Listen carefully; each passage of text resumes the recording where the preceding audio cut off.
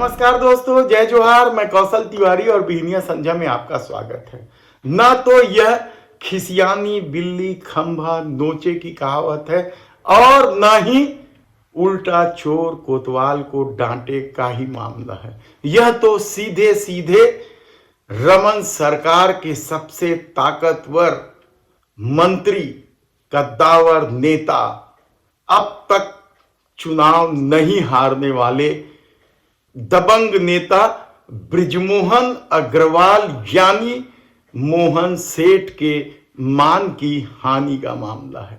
उन्होंने इस मामले में छत्तीसगढ़ के मुख्यमंत्री भूपेश बघेल को नोटिस भेज दिया। इस पर चर्चा करें उससे पहले हम बता दें कि हिडनबर्ग की रिपोर्ट आने के बाद जिस तरीके से मोदी सरकार की छवि बिगड़ते चली जा रही है, क्या वह पनौती तक पहुंच गई है?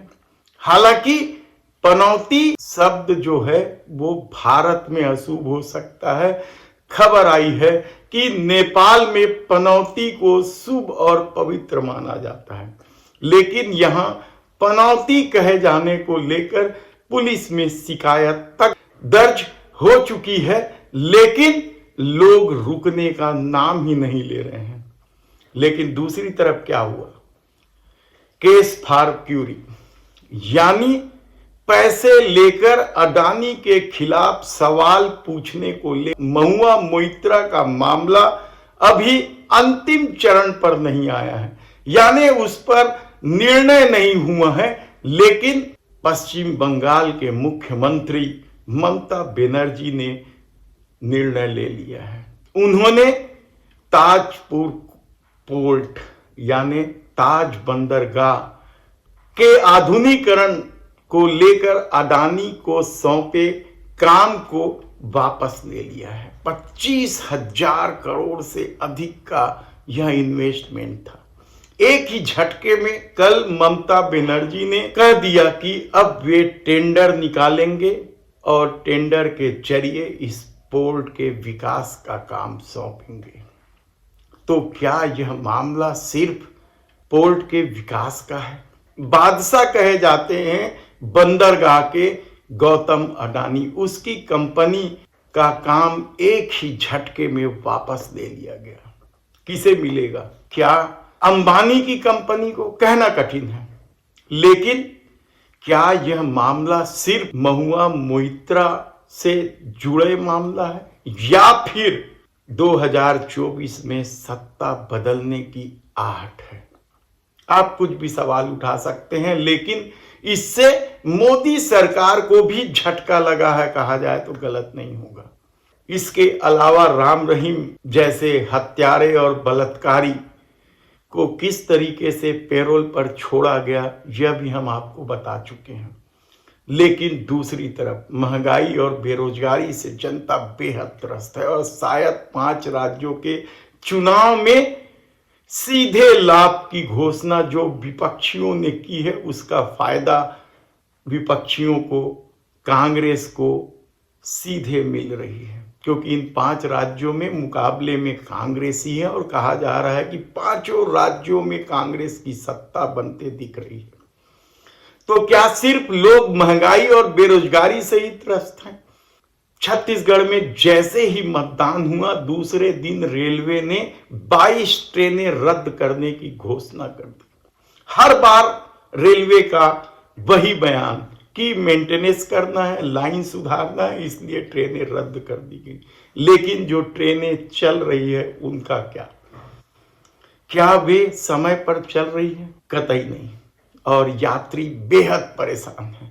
इस दौर में रेलवे के करतूतों की वजह से आम आदमियों का भी जीना मुश्किल हो गया है और इसे लेकर कई तरह की बात सामने आ रही है।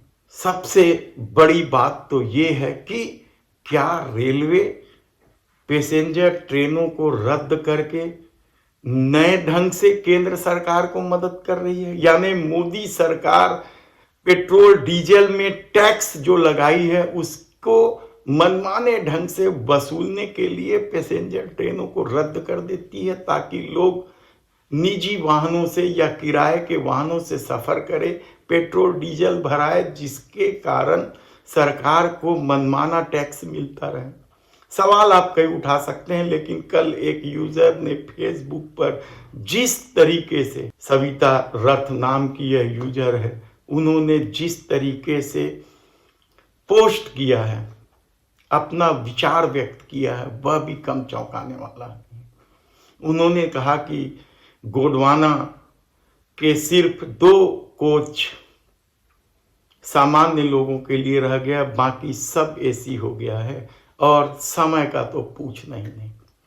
शायद वह बहुत कुछ कहना चाहती होगी, लेकिन बांगड़ बिल्ले और हिंदूवादी संगठनों के प्रहार की वजह से नहीं कह पा रही होगी, क्योंकि इस दौर में यदि आपने मोदी सत्ता के किसी भी करतूत की आलोचना की तो बांगड़ बिल्ले और हिंदूवादी संगठन आपको देशद्रोही या हिंदू विरोधी कहने से नहीं चूकेंगे।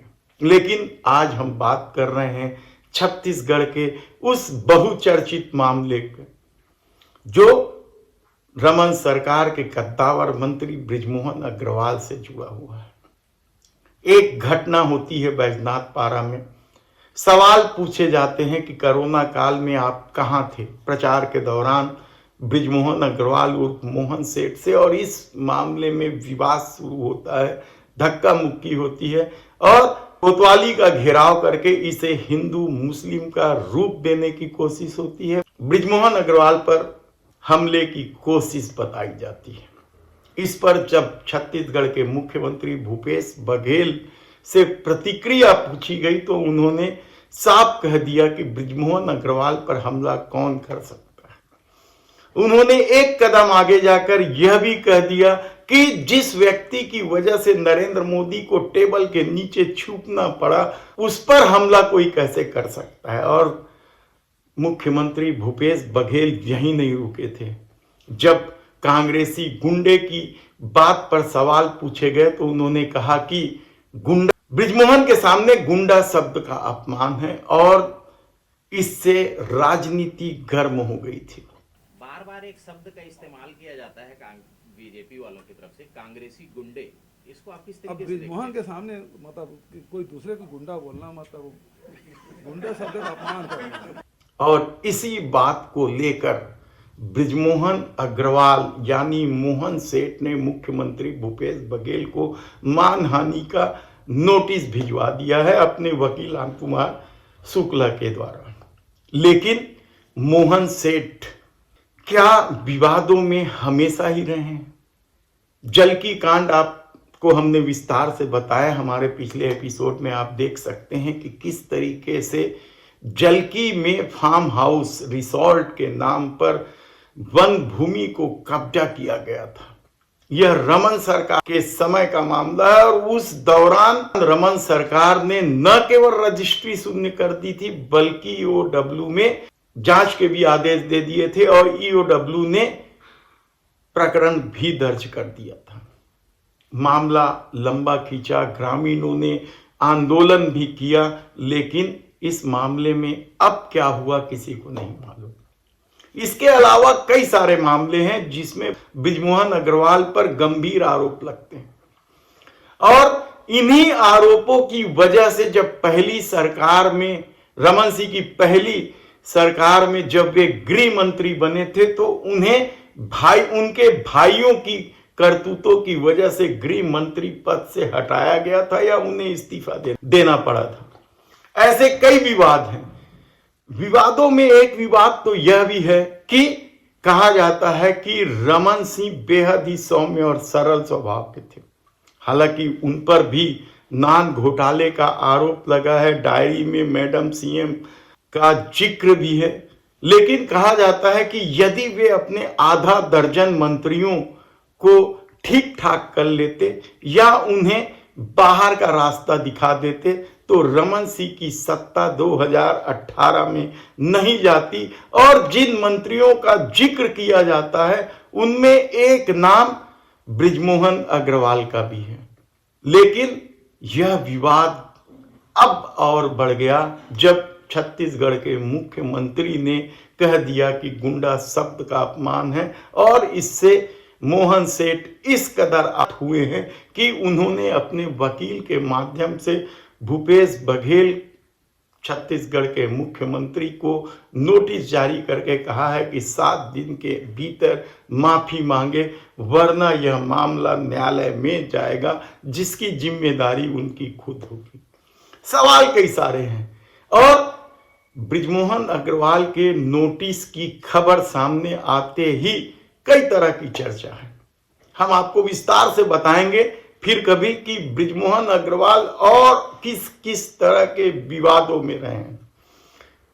रायपुर दक्षिण से वे चुनाव जीतते रहे हैं, इस बार वे बुरी तरीके से फंस गए हैं। कांग्रेस प्रत्याशी महंत राम सुंदर दास की स्थिति बेहद मजबूत है।